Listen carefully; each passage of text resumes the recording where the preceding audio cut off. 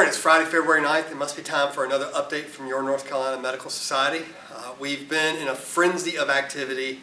A lot of stuff going on with Gen X that you've been hearing about. If you're not from the eastern part of the state, you probably don't know about this pollutant that has been in the water that folks are really worried about in the Cape Fear River. But there's been a mass kind of conversation about, or debate about, how to measure that, how to study it, how to figure out how to fix that problem. So we've been debating about who should own mass spectrometers and how we should pay for them.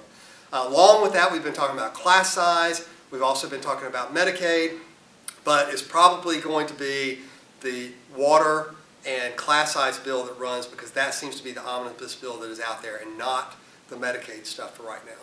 So we will have an update on the water bill. It's going to be House Bill 90 now on our website, so you can look on our legislative blog for that. But let's turn real quickly to the Medicaid things that we've been talking about for the last couple of weeks. House Bill 403 is the behavioral health change that has been proposed by the Department of Health and Human Services, was included in the 1115 waiver amendment that went up as a part of Medicaid transformation. It would create standard plans for physical health with some mild to moderate behavioral health coverage, and then a tailored plan that would be more for folks that needed severe persistent mentally ill services, along with physical health services. There's been a lot of debate about how to structure that as far as the entities, what prepaid health plans should take on and what their role should be, and what the local management entities and managed care organizations, the LME MCOs that we've heard about for so long that have been managing all of the mental health services in our state, what they should take on, and in that trading, what services need to be where. And that debate has been pretty intense, but it doesn't seem like there's a solution to that right now, or at least not for today. I don't think we're going to see that bill come out as we had speculated before.